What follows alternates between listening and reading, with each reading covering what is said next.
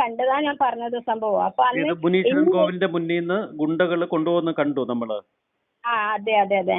അപ്പൊ അതിന്റെ അകത്ത് വേറെ വണ്ടിയിൽ ഇങ്ങനെ ഇതാക്കിയിട്ട് കൊണ്ടുപോകുമ്പോ സംഭവം ഇതിന്റെ അകത്ത് വരുന്നത് എന്താന്ന് വെച്ചാൽ തൂങ്ങി മരണം എന്ന് പറഞ്ഞ് വിധി എഴുതി. പക്ഷെ അതൊക്കെ ആത്മഹത്യയല്ല, കൊന്നു കെട്ടി തൂക്കിയതാ.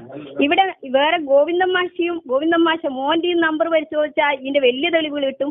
ശ്യാമളേച്ചി എന്ന് പറഞ്ഞ ആ വൈഫിന്റെ നമ്പർ പരിശോധിച്ചാൽ അതിനേക്കാണ്. ഇവിടെ ദിവ്യ വെറും ഒരു ഡെമ്മി മാത്രം. നവീൻ ബാബുവിന്റെ മരണം ഇന്നും ദുരൂഹതയിൽ തുടരുന്ന സാഹചര്യമാണ് നമ്മൾ കണ്ടുകൊണ്ടിരിക്കുന്നത്. നവീൻ ബാബു ആത്മഹത്യ ചെയ്തതല്ല, കൊന്നതാണ്, ഞാൻ കണ്ട സത്യങ്ങളാണ് പറയുന്നത്, തെളിവുകൾ തരാം എന്നൊക്കെ പറഞ്ഞു വീണാമണി എന്ന ഒരു സ്ത്രീ രംഗത്ത് വന്നിരുന്നു. എന്നാൽ മാധ്യമങ്ങൾ അജ്ഞാത എന്നായിരുന്നു വിശേഷിപ്പിച്ചിരുന്നത്. എന്നാൽ ഞാൻ അജ്ഞാതയല്ല. എന്നെ കൊല്ലേണ്ടവർക്ക് കണ്ണൂർ ഇരിക്കൂർ പോലീസ് സ്റ്റേഷന് സമീപമുള്ള എൻ്റെ വീട്ടിലേക്ക് വരാം. ഞാൻ വീണാമണി. അത്രയും ധൈര്യത്തോടു കൂടി ഒരു സ്ത്രീ മുന്നോട്ട് വരികയാണ്. നവീൻ ബാബു ആത്മഹത്യ ചെയ്തതല്ല, ഞാൻ അത് കണ്ടതാണ്, അതിൻ്റെ തെളിവുകൾ ഇതാ എന്ന് പറഞ്ഞുകൊണ്ടാണ് ഒരു സ്ത്രീ മുന്നോട്ട് വരുന്നത്. മാത്രവുമല്ല വീടും അഡ്രസ്സും പേരുമൊക്കെ വെളിപ്പെടുത്തി തന്നെയാണ് ആൾ മുന്നോട്ട് വന്നത്. കണ്ണൂരിൽ നിന്ന് അന്ന് പാലക്കാട്ടുള്ള മലയാളിപ്പുഴയിൽ എത്തിയത് എന്തിനാണ് എന്ന് വീണാമണി വിശദമായി വെളിപ്പെടുത്തുന്നുണ്ട്.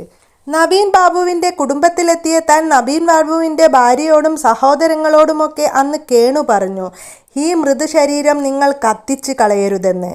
കാരണം ഇതൊരു കൊലപാതകമാണ്. അതിനുള്ള തെളിവുകൾ എൻ്റെ പക്കലുണ്ട്. എൻ്റെ കയ്യിലുള്ള തെളിവുകൾ ഞാൻ അവരെ കാണിച്ചു. റീപോസ്റ്റ്മോർട്ടം ചെയ്യണമെന്നും ഞാൻ അവരോട് ആവശ്യപ്പെട്ടു.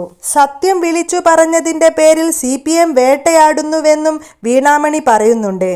ഞാൻ എൻ്റെ വീട്ടിലേക്ക് പോവാറില്ല. എപ്പോൾ വേണമെങ്കിലും ഞാൻ കൊല്ലപ്പെടാം. പക്ഷെ എനിക്ക് മരിക്കാൻ ഭയമില്ല. മുനീശ്വരൻ കോവിലിനടുത്ത് നിന്ന് ഗുണ്ടകൾ നവീൻ ബാബുവിനെ തട്ടിക്കൊണ്ടുപോകുന്നത് ഞാൻ എൻ്റെ കണ്ണുകൊണ്ട് കണ്ടതാണ്. വീണാമണിയുടെ ഉറച്ച വാക്കുകളാണിത്. ഈ വാക്കുകൾ കേരളക്കരയെ നടുക്കിക്കളയും. വീണാമണി പറയുന്ന ഈ വാക്കുകളിൽ എത്രമാത്രം സത്യമുണ്ട്, വാസ്തവമുണ്ട് എന്നത് അധികാരികൾ തിരയട്ടെ. വീണാമണിയുടെ ഈ വാക്കുകൾ സമൂഹ മനസാക്ഷിയെ പിടിച്ചുലക്കുന്നതാണ്. എന്താണ് നവീൻ ബാബുവിന് സംഭവിച്ചത് എന്ന് കൃത്യമായി വ്യക്തമാക്കുകയാണ് അവർ. നവീൻ ബാബുവിൻ്റേത് ആത്മഹത്യയല്ല, കൊലപാതകമാണെന്ന് അവർ ഉറപ്പിച്ചു പറയുന്നു. മലയാളി വാർത്ത ഇൻസൈഡിനോട് വീണാമണി സംസാരിക്കുന്ന വോയിസ് ക്ലിപ്പ് നമുക്കൊന്ന് കേട്ടു നോക്കാം. നവീൻ ബാബുവിന്റെ ബോഡി അവിടെ കൊണ്ടുവന്നപ്പോൾ അവിടെ എത്താനുണ്ടായ ഒരു സാഹചര്യം.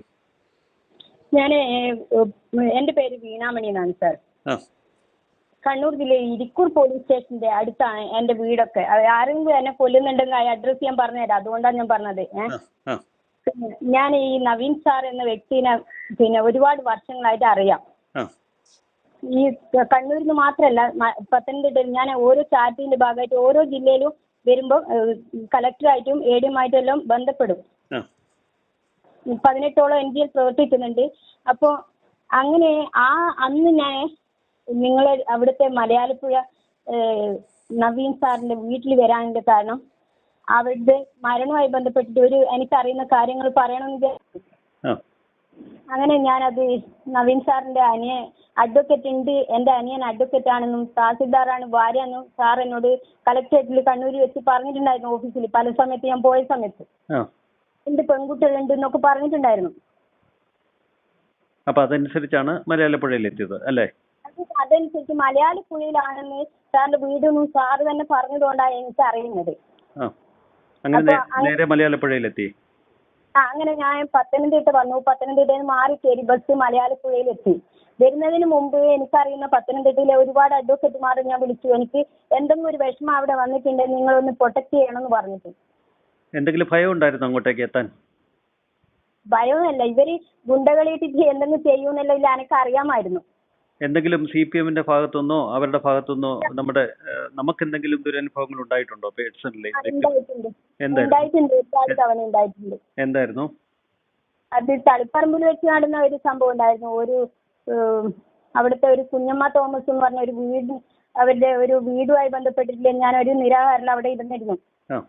അപ്പൊ അന്ന് ഉണ്ണിരാജ് സാറായിരുന്നു അന്ന് ഇവിടെ ST ആയിരുന്നത്. സാറിന്റെ സപ്പോർട്ടോടുകൂടിയാണ് ഞാൻ രക്ഷപ്പെട്ടത്. ഇപ്പൊ ആവശ്യം എന്റേത് നവീൻ സാറിന്റെ കൊലപാതകവുമായി ബന്ധപ്പെട്ടിട്ട് അതിന്റെ യഥാർത്ഥ സത്യം കോടതിയെ അറിയിക്കണം. പറഞ്ഞോളൂ. അന്ന് അവിടെ എത്തിയപ്പോൾ എന്തായിരുന്നു അവിടെ കണ്ടത്?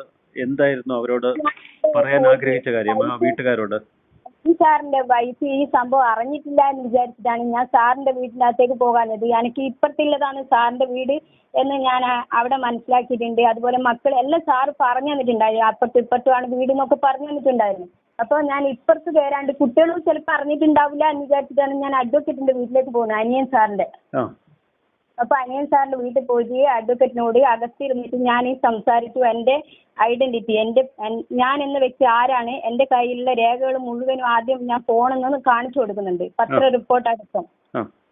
അപ്പൊ കാണിച്ചു കൊടുത്തപ്പോ അവിടെ ജനലിന്റെ ഉള്ളിലൂട്ടി അങ്ങനെ മലയാളപ്പുഴ മോഹനോ ആരൊക്കെ ഉണ്ടായിരുന്നു വിളിച്ചു നോക്കാൻ. അപ്പൊ അവര് നോക്കിയതിന്റെ അടിസ്ഥാനത്തിൽ പിന്നെ സാറിനോട് ഞാൻ പറഞ്ഞു കഴിഞ്ഞതിന് ശേഷം അവരെനിക്ക് അവിടുന്ന് ചായ കൊണ്ടുതരാൻ നോക്കിയപ്പോ ഞാൻ പറഞ്ഞു എനിക്ക് ചായ കൊണ്ടു തന്നില്ലെന്ന് തോന്നുന്നു. അപ്പൊ രണ്ടാ വിഷമം കൊണ്ട് ഞാൻ പിന്നെ ഇവര് ചായ ഒന്നുമല്ല, എനിക്ക് അതിന്റെ ആവശ്യമില്ല, അതിനല്ല ഞാൻ ഇവിടെ വന്നത്, എനിക്കിപ്പോ ചായ ഒന്നും വേണ്ട സാറേ, എനിക്ക് ആവശ്യം ഇതാണ്. ഇത് ഞാൻ പറഞ്ഞ ആവശ്യം ഒന്ന് നിങ്ങൾ ബോഡി നന്നായിട്ട് പരിശോധിക്കണമെന്നും അതിൽ മുറിവോ ചതവോ ദേഹപരിശോധന നടത്തണമെന്നും റീപോസ്റ്റ്മോർട്ടം എന്ന് പറഞ്ഞാൽ അവര് പരിശോധന പോസ്റ്റ്മോർട്ടം ചെയ്തോ എന്ന് ബോഡി ഞാൻ കണ്ടില്ലല്ലോ, മരണപ്പെട്ടത് വീടിനെ കണ്ടില്ലോ, കണ്ണൂരിനെ ബോഡി കണ്ടില്ല, അങ്ങനെ പരിയാരം മെഡിക്കൽ കോളേജിൽ വന്നതിന് ശേഷം കാണുന്നില്ലല്ലോ, കണ്ടാലല്ലേ ബാക്കി പറയണ്ടേ. അപ്പൊ ഞാൻ എന്ത് ചെയ്തു വിചാരിച്ചാൽ സാറിനോട് പറഞ്ഞു നിങ്ങൾ അത് പരിശോധിച്ചതിന് ശേഷം അത് റീപോസ്റ്റ്മോർട്ടം ചെയ്യണമെന്നും ഹൈക്കോടതിയിലെ ജഡ്ജായിരുന്ന ഷെർലി മാഡത്തിനെ കൂട്ടിയിട്ട് മാതാമൃതാനന്ദമയിന്റെ ഏതോ ഒരു ഹോസ്പിറ്റലിൽ നിന്ന് നിങ്ങൾ ഇതിനെ റീപോസ്റ്റ്മോർട്ടം ചെയ്യണമെന്നാണ് ഞാൻ ആവശ്യപ്പെട്ടത്. അപ്പോൾ അവർ എന്നോട് പറഞ്ഞു കേരളത്തിലെ എല്ലാ ആശുപത്രിയും CPMന്റെ അല്ലേ എന്ന് പറഞ്ഞു. ഞാൻ പറഞ്ഞു അന്ന് അങ്ങനെ ഒരു ചോദ്യം ചോദിച്ചപ്പോഴാണ് ഞാൻ ഈ ഹോസ്പിറ്റലും ഈ സാറിന്റെ ജഡ്ജിന്റെ ഏച്ചിനെ പറ്റിയും ഒക്കെ പറയുന്നു. സൗമ്യ വധക്കേസിൽ ഏറ്റവും നല്ല രീതിയിൽ പ്രസന്റ് ചെയ്തതായിരുന്നു ഷെർലി മാഡം. അപ്പൊ അത് അങ്ങനെ പറഞ്ഞു കൊടുത്തു. പറഞ്ഞു കൊടുത്തതിന് ശേഷം സാറിന് അവിടുന്ന് ആരോ ഫോൺ കോളുകൾ ഇതെല്ലാം ഞാൻ പറഞ്ഞു കൊടുത്തിട്ട് നിങ്ങളൊരു അഡ്വക്കേറ്റ് ആയതുകൊണ്ടാണ് ഞാൻ അപ്പീൽ ഞാൻ പോകാത്തത്. അതായത് എനിക്ക് വേണമെങ്കിൽ ഹൈക്കോടതിയിൽ നിന്ന് അന്ന് മരണപ്പെട്ട ആ സമയത്ത് തന്നെ ബോഡി ഒന്നും കൂടി കേരളത്തിൽ നിന്നല്ലാണ്ട് മറ്റേതെങ്കിലും ഹോസ്പിറ്റലിൽ നിന്ന് പരിശോധിക്കണം എന്ന് പറഞ്ഞിട്ടൊരു ഇത് മേടിക്കാമായിരുന്നു എനിക്ക്. പക്ഷേ സാറിന്റെ വീട്ടിൽ ഒരു അഡ്വക്കേറ്റ് ഉണ്ടാകുമ്പോൾ ഞാൻ അതിന് പോകണ്ടെന്ന് വിചാരിച്ചിട്ടാണ് ഞാൻ പോകാഞ്ഞത്. അപ്പൊ ഇത്ര ശക്തമായിട്ട് അവിടെ വാദിക്കാനുള്ള കാരണം എന്താ? എന്തെങ്കിലും ആ ശരീരത്തിലെ വ്യത്യാസങ്ങൾ കണ്ടിരുന്നോ? ഞാൻ നേരിട്ട് കണ്ടതെന്ന് പറഞ്ഞാല് അത് കുറെ ഉണ്ട്. അതെനിക്ക് ഇപ്പം വെളിപ്പെടുത്തിയാൽ ഇവിടെ ഇനിയും കൂടുതൽ ശത്രുക്കൾ ഉണ്ടാവും. എന്ന് വെച്ചാൽ എന്റെ ജീവിതത്തിൽ എനിക്ക് ഒരുപാട് ഇവരിൽ നിന്ന് അനുഭവങ്ങൾ ഉണ്ടായിട്ടുണ്ട്. അപ്പോൾ അതിനേക്കാളും ഇനി ഇപ്പൊ എന്നെ എന്തെങ്കിലും ചെയ്താൽ എനിക്ക് പ്രശ്നമില്ല, പക്ഷെങ്കിൽ ഞാൻ ഒരിക്കലും ആത്മഹത്യ ചെയ്യില്ല. ഇതിനകത്ത് വരുന്ന വിഷയം എന്താണെന്നറിയോ? ഇനിയും ഇന്ന് നടന്ന വിഷയം തന്നെ ഞാൻ 2 ദിവസമായി എറണാകുളത്ത് നിന്ന് ഇങ്ങോട്ടേക്ക് വന്നിട്ട് ഞാൻ നവീൻ ബാബുവിന്റെ കാര്യം തന്നെയാണ് ഞാൻ ഇതിലേക്ക് കൊണ്ടുവരുന്നത്, നമ്മുടെ ശ്രദ്ധയിലേക്ക് കൊണ്ടുവരുന്നത്. അപ്പൊ നവീൻ ബാബുവിന്റെ അന്ന് ഈ ശരീരത്തിൽ കണ്ട വ്യത്യാസങ്ങൾ എന്തൊക്കെയായിരുന്നു? ശരീരത്തിൽ കണ്ടതെന്ന് വെച്ചാലേ അത് ഞാൻ പറയുന്നത് അവിടുന്ന് വണ്ടി എടുത്തിട്ട് സാറിന് ഗുണ്ടകൾ കൂട്ടിക്കൊണ്ടുവന്ന ഒരു വണ്ടിയില്. അപ്പൊ അവര് ഇതിനകത്ത് വരുന്നത് ഇവിടുത്തെ മുനീശ്വരൻ കോവിലിന്റെ അടുത്ത് നിന്ന് കൂട്ടിക്കൊണ്ടുപോകുമ്പോൾ വേറൊരു വണ്ടിയിൽ കൂട്ടിക്കൊണ്ടുപോകുമ്പോ അതിൻ്റെ അകത്ത് നേരെ ആ ഡ്രൈവർ നമുക്ക് നുണപരിശോധന നടത്തിയാൽ ആ ഡ്രൈവർക്ക് നന്നായിട്ട് സത്യം മനസ്സിലാവും ആ കണ്ട കാഴ്ചകൾ. പിന്നെ ഇവിടുത്തെ കളക്ടർ ഇവിടെ വന്ന മുതൽ ഒരു ജനസേവനം ചെയ്തില്ല ഇതിനു മുമ്പുള്ള. നമ്മൾ കണ്ടോ ഈ നവീൻ ബാബുവിനെ കൊണ്ടുപോകുന്നു? എന്തോ കണ്ടതാ ഞാൻ പറഞ്ഞത് സംഭവം. അപ്പൊ മുനീശ്വരൻ കോവിലിന്റെ മുന്നിൽ നിന്ന് ഗുണ്ടകൾ കൊണ്ടുപോകുന്ന കണ്ടു നമ്മള്. അതെ അതെ അതെ. അപ്പൊ അതിന്റെ അകത്ത് വേറെ വണ്ടിയിൽ ഇങ്ങനെ ഇതാക്കിയിട്ട് കൊണ്ടുപോകുമ്പോ സംഭവം ഇതിന്റെ അകത്ത് വരുന്നത് എന്താന്ന് വെച്ചാൽ ഈ ഞാൻ പറഞ്ഞതിനേക്കാളും നമ്മുടെ കണ്ണൂരിന്റെ 2 ജഡ്ജിമാരാണ് അവിടുത്തെ ബെഞ്ചിലിരിക്കുന്നത് നവീൻ സാറിന്റെ കേസുമായി ബന്ധപ്പെട്ടിട്ട്.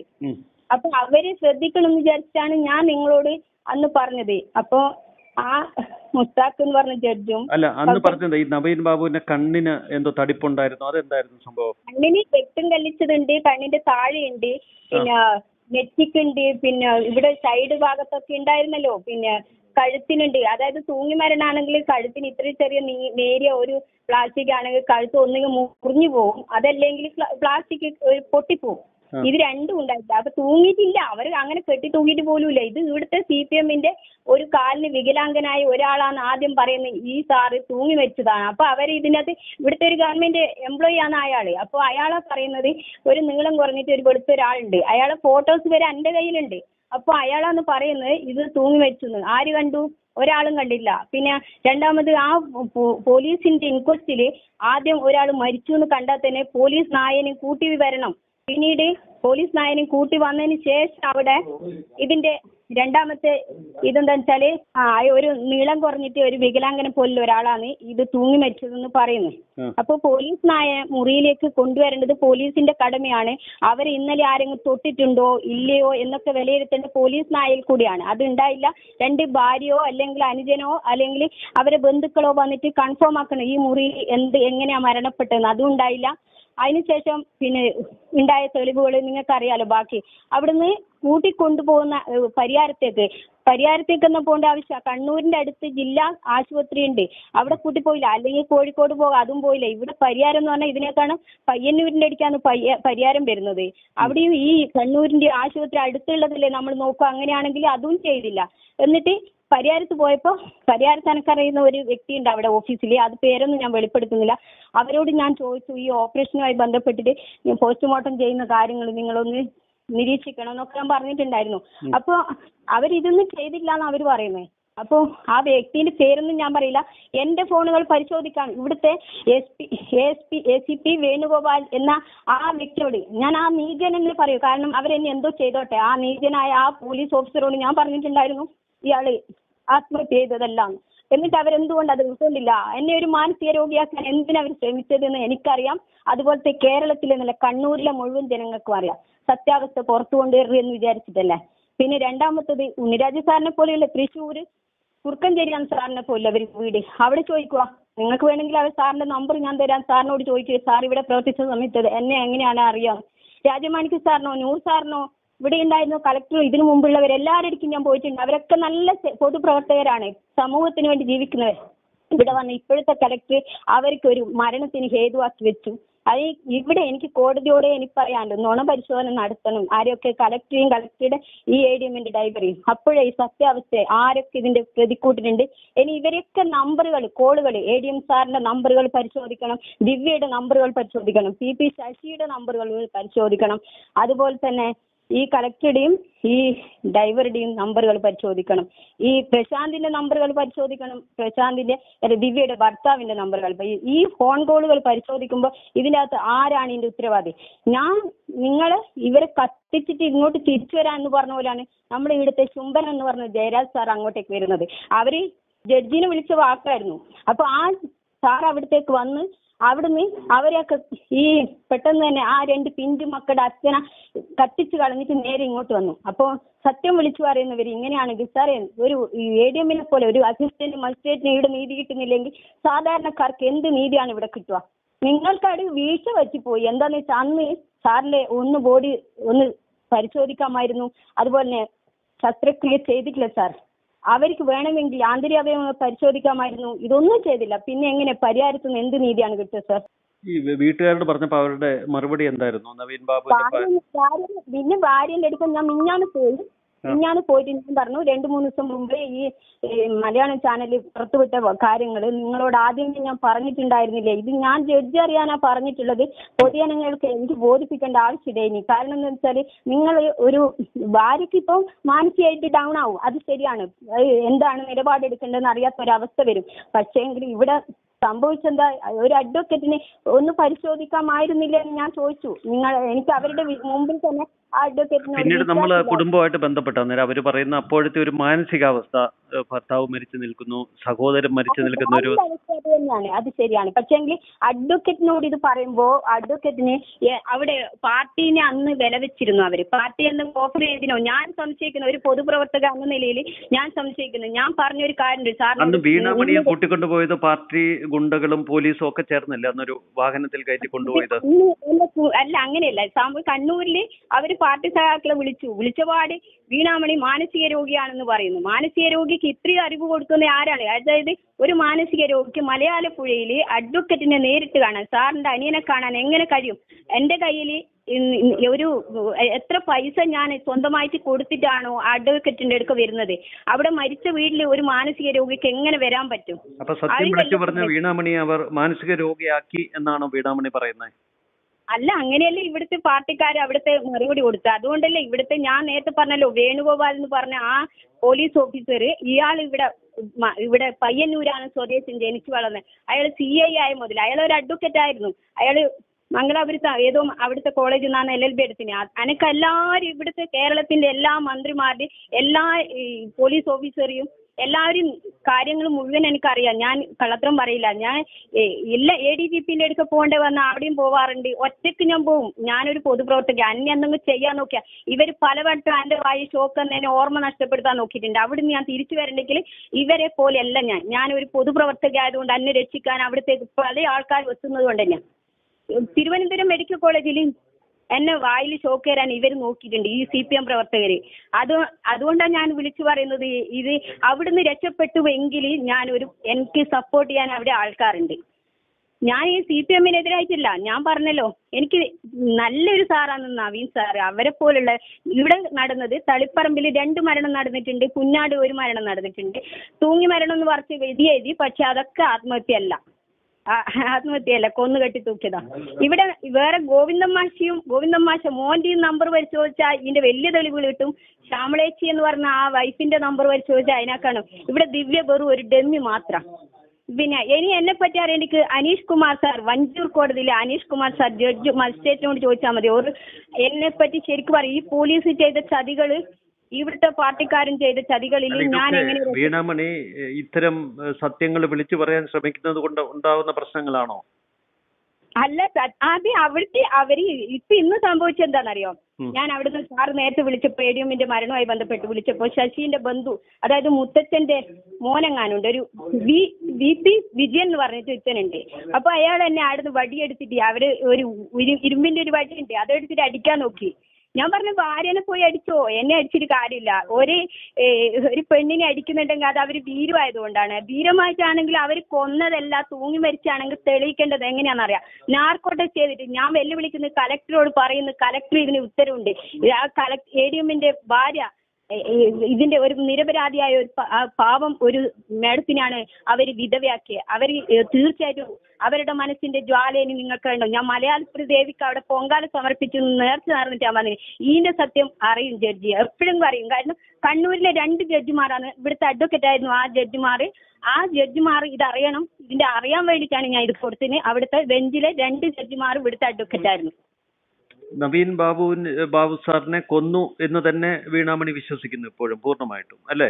ഗുണ്ടകൾ പിടിച്ച് കൊണ്ടുപോയി. അല്ലാന്നുണ്ടെങ്കിൽ ഇവർക്ക് എന്താ, ഇവിടുത്തെ കളക്ടർ ഒരു നുണ പരിശോധന നടത്തിയിട്ട് അയാൾ എല്ലാന്നുണ്ടെങ്കിൽ തെളിയിക്കട്ടെ. ഞാൻ അതിനുശേഷം സുപ്രീം കോടതിയിൽ പോയി. കാരണം എന്റെ ജീവൻ അപകടത്തിലാകാതിരിക്കാൻ ഞാൻ സുപ്രീം കോടതിയിൽ പോയി. വന്നതിന് ശേഷം നവീൻ സാറിന്റെ വീട്ടിൽ 3 ദിവസം മുമ്പ് പോന്നു. എന്നിട്ട് വൈഫിനോട് ഞാൻ സംസാരിച്ചു, അഡ്വക്കേറ്റിനോട് പറഞ്ഞു, നിങ്ങളാണ് മരണപ്പെട്ടതെങ്കിൽ ഞാൻ നിങ്ങളുടെ വാർത്തയാണ് ഏട്ടനോട്, അതായത് നവീൻ സാറിനോട് പറഞ്ഞിട്ടുണ്ടെങ്കിൽ എന്റെ വാക്കുകളാ സാർ എടുക്കുക. കാരണം എനിക്ക് ഒരാളെ മനഃശാസ്ത്രപരമായിട്ട് നന്നായിട്ട് പെട്ടെന്ന് മനസ്സിലാവും. ഈ സത്യം തുറന്നു പറഞ്ഞതിൽ പിന്നെ എന്തെങ്കിലും ജീവനിൽ ഭയം ഉണ്ടോ? എനിക്ക് ഭയമില്ല സാറേ. എനിക്ക് എന്നെ കൊല്ലാൻ നോക്കിയിട്ടല്ല ഞാൻ രക്ഷപ്പെട്ട ഒരു വ്യക്തിയാ. ഞാൻ പറഞ്ഞല്ലോ, ഞാൻ എവിടെ പോകുന്നുണ്ടെങ്കിലും എന്റെ കയ്യിൽ തന്നെ ഒരു പെൻ ക്യാമറ ഉണ്ട്. എന്റെ വീട്ടിൽ ക്യാമറ ഉണ്ടായിരുന്നു, അതൊക്കെ അവർ ഇതാക്കിയിട്ട് ഞാനിപ്പോൾ എൻ്റെ വീട്ടിൽ പോകാറില്ല. കാരണം എന്ന് വെച്ചാൽ ഞാനിപ്പോൾ എല്ലാ സ്ഥലത്തും ക്യാമറയുള്ള സ്ഥലത്തേ നിൽക്കും. എന്തെങ്കിലും ഒരു ഇതുണ്ടെങ്കിൽ ഇവർ കാണാത്ത ഇതിൽ എൻ്റെ അടുക്ക് ഒരു രഹസ്യ ക്യാമറ ഉണ്ട്. കാരണം ജീവിക്കണ്ടേ എനിക്ക്. ഇവരെ പോലെ വിഡ്ഢികളല്ലല്ലോ ഞാൻ. എനിക്ക് തിരിച്ചറിവുണ്ട്. ഇവർ വലിയ എന്നുവെച്ചാൽ ഇവിടെ ഭരിക്കുന്ന ഇപ്പോൾ CPM അല്ല, ഗുണ്ടകളാ. തീർച്ചയായിട്ടും. മറ്റെന്തെങ്കിലും ഉണ്ടോ നമുക്ക് പ്രേക്ഷകരോടൊക്കെ പറയാനായിട്ട്? ജനങ്ങളോടല്ല, എനിക്ക് ആ 2 ജഡ്ജും കണ്ണൂരിന്റെ ബെഞ്ച് ജഡ്ജാണ്. കണ്ണൂരിലെ അഡ്വക്കേറ്റ് ആയിരുന്നു അവരോട് കാല് പിടിച്ച് അപേക്ഷിക്കുന്നത്, അവർക്കുണ്ട് മക്കള്. ഇതിന് ഒരു ഉത്തരം, നാർക്കോ ടെസ്റ്റ് അവരാരും വിടില്ല നുണ പരിശോധന നടത്താൻ തെറ്റ് ചെയ്തവര്. പക്ഷേ ഇതിന്റെ ഒരു അഭയ കേസ് പോലെ ആക്കാതെ പെട്ടെന്ന് തന്നെ ഇതിന്റെ നുണ പരിശോധന നടത്തി ഇത് സത്യം ലോകത്തെ അറിയിക്കണം. കാരണം ഇനി മറ്റൊരു ഉദ്യോഗസ്ഥൻ ഇത് മരണപ്പെടരുത്. ഇനി ഒരു ഉദ്യോഗസ്ഥനും ഒരു സാധാരണക്കാർക്കും ഇങ്ങനത്തെ ഒരു അവസ്ഥ ഇനി ഉണ്ടാവാൻ പാടില്ല. അതാണ് കാല് പിടിച്ചിട്ട് ജഡ്ജിമാരോട് അപേക്ഷിക്കാനുള്ളത്. സമൂഹം എന്താണെന്ന് വെച്ചാൽ സമൂഹം ഇതൊന്നും മിണ്ടുന്നില്ല. കാരണം പേടി, അവര് കൊല്ലുവോ, നമ്മൾ പ്രതികരിച്ചാൽ കൊല്ലുവോ എന്നുള്ള പേടി കൊണ്ടാണ്. കാരണം എന്ന് വെച്ചാൽ ഇവിടുത്തെ കണ്ണൂരിന്റെ രാഷ്ട്രീയമൊന്നും ഇവിടുത്തെ മലയാളപ്പുഴയിലെ ആ പാവം ജഡ്ജി നമ്മുടെ ADMന്റെ വൈഫിന് അറിയില്ല. അവര് മിഞ്ഞാന്ന് വിളിച്ചിട്ട് എന്നോട് പറയുന്നത് ഇങ്ങനെ അബദ്ധം പറ്റിപ്പോയി. ഞാൻ പറഞ്ഞു, അന്ന് ഞാൻ പറഞ്ഞതായിരുന്നില്ലേ, ഒന്ന് പരിശോധിച്ചിരുന്നെങ്കിൽ ഇതിന്റെയൊക്കെ അവസ്ഥ വരും. അവിടെ AD മുറിപ്പാടുണ്ട്. ഞാൻ അതെല്ലാം പറഞ്ഞു കൊടുത്തു. പോസ്റ്റ്മോർട്ടം ചെയ്തില്ല. ലാസ്റ്റ് ADMന്റെ വൈഫ് ഉമ്മം കൊടുക്കുന്ന ആ സന്ദർഭങ്ങളിൽ കീറി മുറിച്ച് ശസ്ത്രക്രിയ ചെയ്തതുണ്ടെങ്കിൽ അത് ചാനലിൽ നിങ്ങളൊന്നും കൂടി ആ ചാനലൊന്ന് പരിശോധിക്കുക. അപ്പോഴും മനസ്സിലാവും സാറിനെ ഒന്നും തൊട്ടിട്ടില്ല. അതൊക്കെയാണ് കള്ളത്തരം. അല്ലെങ്കിൽ ആന്തരിക അവയവം ലേബിൽ കൊണ്ട് പരിശോധിച്ചിട്ട് സൂക്ഷിച്ചു വെക്കണം. അതല്ലെങ്കിൽ അവരുടെ ഫുഡിലെന്തെങ്കിലും ഉണ്ടോ അതൊക്കെ പരിശോധിച്ചിട്ട് അതെല്ലാം സൂക്ഷിച്ചു വെക്കണം. ഇത് എങ്ങനെ ഒരു പോസ്റ്റ്മോർട്ടത്തിന്റെ റിപ്പോർട്ട് തന്നെ കണ്ണൂരിലെ ഈ പരിഹാരത്തിൽ ഗുണ്ടയാണ് അടുത്ത ഡോക്ടർ, അവരിൽ നിന്നൊന്നും കിട്ടൂല. തീർച്ചയായിട്ടും താങ്ക് യു മാഡം. ഒരുപാട് നന്ദി സാർ. ഞാൻ കാല് പിടിച്ച് അപേക്ഷിക്കുന്നു ഒന്നും കൂടി ആ നമ്മുടെ നീതിപീഠം ഇതിന്റെ സത്യാവസ്ഥ, ഇനി മറ്റാർക്കും ഇങ്ങനെ ഒരു കൊലപാതകം ഉണ്ടാവാൻ പാടില്ല, അതുകൊണ്ട് അപേക്ഷിക്കുന്നു. Thank you sir. Thank you very much. ഇത്രയും പച്ചയോടെ ഒരു സ്ത്രീ വിളിച്ചു പറയുമ്പോൾ അതിലെന്തെങ്കിലും സത്യമുണ്ടോ എന്ന് തികയേണ്ടതും തിരഞ്ഞ് കണ്ടുപിടിക്കേണ്ടതും നമ്മുടെ അധികാരികളുടെ കടമയാണ്. നവീൻ സാറിൻ്റെ മരണം മുതൽക്ക് ഓരോരുത്തരും ആരോപിക്കുന്നതാണ് അതിൽ ആത്മഹത്യയല്ല കൊലപാതകമാണെന്ന്. ഇത്രയൊക്കെ ആയിട്ടും തെളിയാതെ അതങ്ങനെ നിൽക്കുകയാണ്.